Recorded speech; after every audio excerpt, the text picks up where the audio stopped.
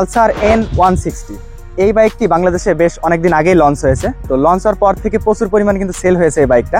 এখন অবশ্য এর কিছু কম্পিটিটর আছে, এখনো পর্যন্ত প্রচুর পরিমাণে বাইকটা সেল হয়। তো এই ভিডিওতে আমি এই বাইকটার একটা রিভিউ তুলে ধরবো, এর কি কি ভালো দিক এবং খারাপ দিক রয়েছে সেগুলো বলবো। এই সেগমেন্টের অন্যান্য আরো বিভিন্ন বাইক থাকা সত্ত্বেও আপনি কেন এই বাইকটা কিনবেন সে সম্পর্কে আমি আলোচনা করবো এই ভিডিওতে। তো চলুন শুরু করা যাক।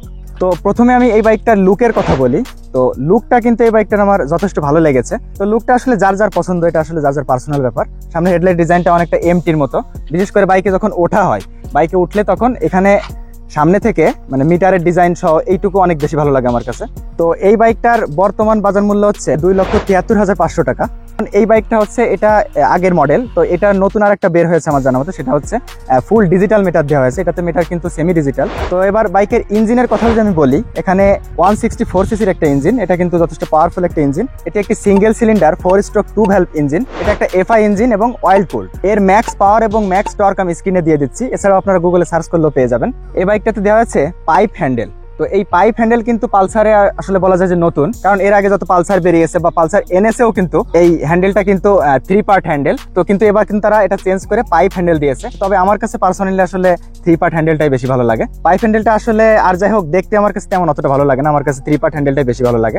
এর পেছনের টায়ারটা দেওয়া হয়েছে 130 সেকশনের এবং সামনের টায়ারটা দেওয়া হয়েছে 100 সেকশনের। 140 সেকশন দিতে পারতো, দেয়নি হয়তো মাইলেজের কথা চিন্তা করে। তো এমনিতেই বাইকটা অনেক ভারী, বাইকটা হচ্ছে 154 কেজি। তো বুঝতে পারছেন কতটা ভারী বাইকটা, এমনিতে ভারী। তারপরে আবার যদি এখানে 140 সেকশনের টায়ার দিত তাহলে মাইলেজটা দেখা যাচ্ছে একটু কমে যেত।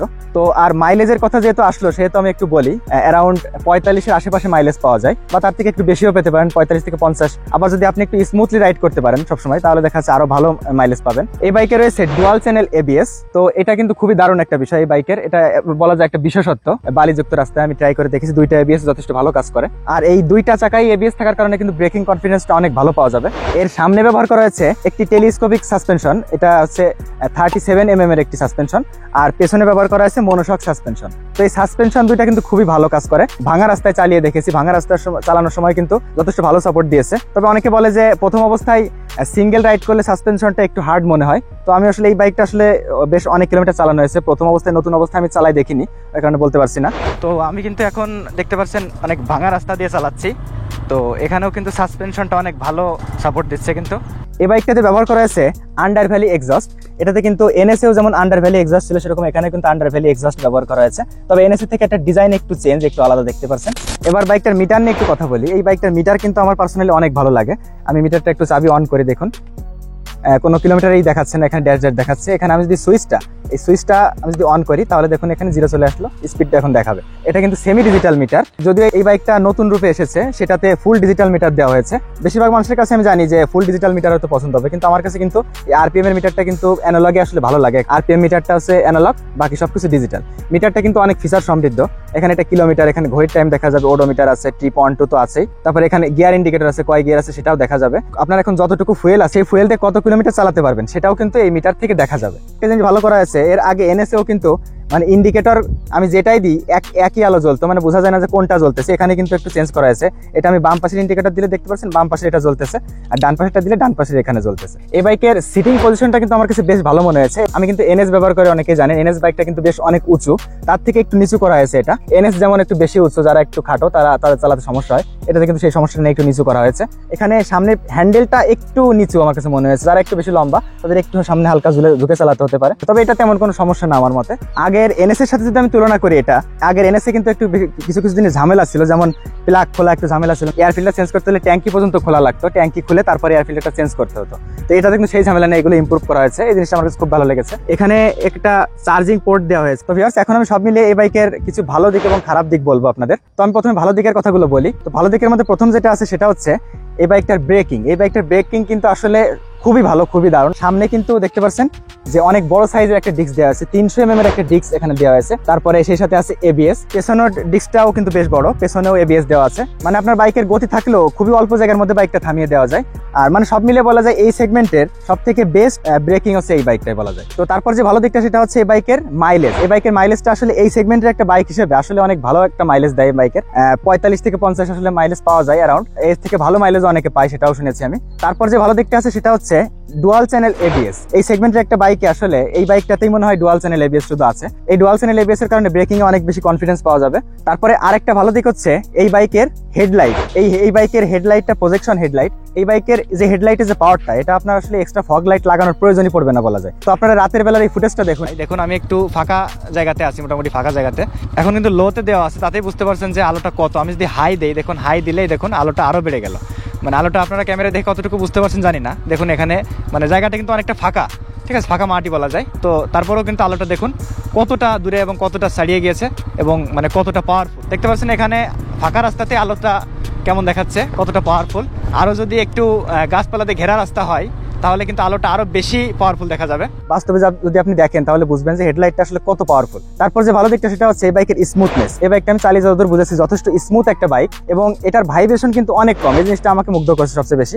এই বাইকের আরেকটা জিনিস আমার কাছে ভালো লেগেছে, সেটা হচ্ছে বাইকের স্ট্যান্ড দেওয়া থাকলে, সাইড স্ট্যান্ড দেওয়া থাকলে মানে বাইকটা আপনি চালাতে পারবেন না। এই জিনিসটা কিন্তু খুবই দরকারি একটা জিনিস। দেখুন আমি একটু দেখাই। এখন দেখুন বাইকটা নিউট্রাল করা আছে, এখন কিন্তু স্টার্ট দিলে স্টার্ট হচ্ছে। সাইড স্ট্যান্ডটা নামিয়ে দিচ্ছি, নামিয়ে দেওয়ার পর এখন বন্ধ হচ্ছে না ঠিকই, যেহেতু নিউট্রাল করা আছে। আমি যদি এখন গিয়ারে দিই, গিয়ার দিলে কিন্তু স্টার্টটা বন্ধ হয়ে গেল, কারণ সাইড স্ট্যান্ড দেওয়া আছে।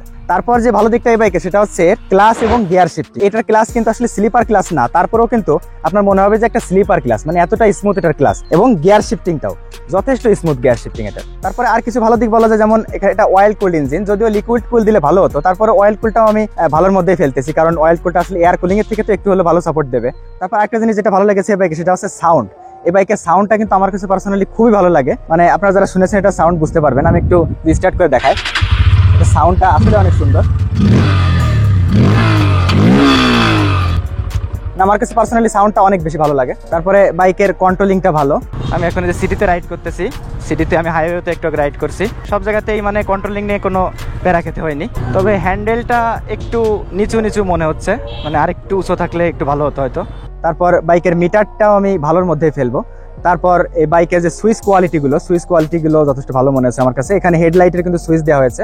তারপর এখানে যে ইউএসবি পোর্টটা দেওয়া হয়েছে এটা অবশ্যই আমি ভালো দিকের মধ্যে ফেলবো। তারপর এর লুকিং গ্লাসও যথেষ্ট ভালো, যথেষ্ট ওয়াইড। এটা কিন্তু মানে রাস্তা অনেকটা কভার করে, আমি চালানোর সময় দেখেছি দুই সাইডে পুরো রাস্তা কভার করে ফেলে। যদিও ডিজাইনটা আমার কাছে অতটা পছন্দ হচ্ছে না, একটু বেশি চ্যাপটা, কিন্তু তারপরেও মানে খুব কাজে দেয় জিনিসটা। তো ভিউয়ার্স, এবার আমি বাইকের কিছু খারাপ দিক বলি। তো এই বাইকের আসলে তেমন কোনো খারাপ দিক নেই সেরকম, তারপরেও কয়েকটা যেগুলো আমি বলবো সেগুলো হচ্ছে, প্রথমটা হচ্ছে বাইকটা অনেক বেশি ভারী। তো এর ফলে আপনার সুবিধা এবং অসুবিধা দুইটাই হবে। তো সুবিধা যেটা হবে সেটা হচ্ছে চালানো অবস্থায় যখন একটু গতি থাকবে, বিশেষ করে তখন বাইকটা বেশি অনেক স্টেবল থাকবে গতি হওয়ার কারণে। আর অসুবিধা হচ্ছে সাধারণ যে অসুবিধাগুলো, বিশেষ করে বাইকটা ঘোরাতে, এমনিতে টার্নিং রেডিয়াস কম, তারপরে আবার বাইকটা অনেক ভারী, ঘোরাতে গেলে দেখা যাচ্ছে বিশেষ করে সিটির মধ্যে বা অল্প জায়গার মধ্যে ঘোরাতে একটু সমস্যা হবে। যদিও এটা আসলে অভ্যাস হয়ে গেলে তেমন কোনো প্যারাই নেই, অভ্যাস হয়ে গেলে কোনো সমস্যাই হয় না। তো তারপরে আরেকটা খারাপ দিক যেটা আমি ফেলবো খারাপ দিকের মধ্যে, সেটা হচ্ছে এই বাইকটা হচ্ছে একটা 2 ভ্যালভ ইঞ্জিন। তো আপনারা হয়তো অনেকে জানেন যে এনএসএও কিন্তু 4 ভ্যালভের একটা ইঞ্জিন ব্যবহার করা হয়েছে, কিন্তু এখানে 2 ভ্যালভের একটা ইঞ্জিন ব্যবহার করা হয়েছে। তো যার কারণে কিন্তু এনএস থেকে পাওয়ার এবং টর্ক একটু কম পাওয়া যাবে কিছুটা, যেটা আমি চালিয়েও বুঝেছি। আপনি আসলে সিটিতে রাইড করলে এটা আসলে তেমন কোনো সমস্যা হবে না, টেরি পাবেন না।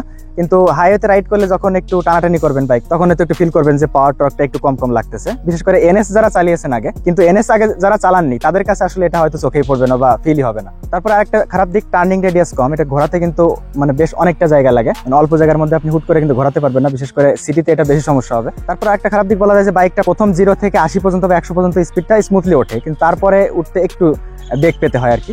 তো আরেকটা খারাপ দিক যেটা আমি বলবো, এটা আসলে খারাপ বলতে প্যারাদায়ক বলবো, এটা আসলে এনএসএও একই প্যারাটা। ইঞ্জিন অয়েল কিন্তু 1350 ml দিতে হবে, মানে ফিল্টার চেঞ্জ করলে 1350 ml, ফিল্টার চেঞ্জ না করলে 1300 ml। তো এই জিনিসটা অবশ্যই একটু প্যারা, কারণ 1300 ml এর কিন্তু কোনো বোতল পাওয়া যায় না সাধারণত।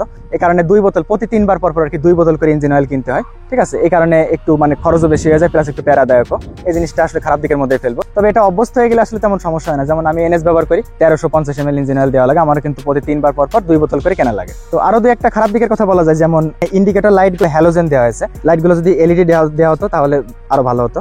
আর সিটটা একটু হার্ড, তবে এতটাও হার্ড না, এর থেকে এনএস এর সিটটা আরো বেশি হার্ড, সে তুলনায় একটু নরম আছে, তবে আরেকটু নরম হলে ভালো হতো। আর সবশেষে আরেকটা খারাপ দিক বলা যায়, সেটা হচ্ছে আসলে বাইকের খারাপ দিক না, মানে আমাদের বাংলাদেশের পরিস্থিতি অনুযায়ী খারাপ দিক। সেটা হচ্ছে আপনি সব জায়গায় এটা সার্ভিস করে স্যাটিসফাইড হতে পারবেন না। তো যারা ঢাকাতে থাকেন তারা আসলে সার্ভিস করিয়ে স্যাটিসফাইড হতে পারবেন। যারা বিভিন্ন লোকাল জায়গায় থাকেন, বিশেষ করে যারা গ্রামের দিকে থাকেন, তারা কিন্তু এটা সার্ভিস নিয়ে একটু প্যারা খেতে হবে। এটা অনেক ফাংশনাল একটা বাইক, অনেক সেন্সরতে আছে, সব মেকানিকরা বোঝেও না। তো এ কারণে সেরকম ভাবে সার্ভিসটা মনের মতো করতেও পারে না। আর বাইকের পার্টস পত্রের দামটাও একটু তুলনামূলক বেশি। তো ভিউয়ার্স, সব মিলিয়ে ওভারঅল আমি যদি বলি এখন এই বাইকটা আসলে কারা নিবেন এবং কারা নিবেন না, তো এই বাজেটের মধ্যে অবশ্যই বাইকটা সব দিক দিয়ে ভালো। কিছু দু একটা খারাপ জিনিস সেগুলো থাকবে, প্রতিটা বাইকেরই খারাপ দিক থাকেই। তো সেই তুলনায় কিন্তু এই বাইকের খারাপ দিক খুবই কম। আর দামটার কথা যদি আমি বলি, দামটা হ্যাঁ এই মুহূর্তে দামটা অবশ্যই একটু বেশি বাইকের। তবে আপনি অন্যান্য বাইকের সাথে তুলনা করেন আর বাজার পরিস্থিতি, বর্তমান বাজার পরিস্থিতি তুলনা করেন, সেক্ষেত্রে আবার এতটাও বেশি হয়তো আপনার কাছে মনে হবে না। তারপর আমার কাছে একটু বেশি মনে হচ্ছে, আর একটু কম হলে ভালো হতো।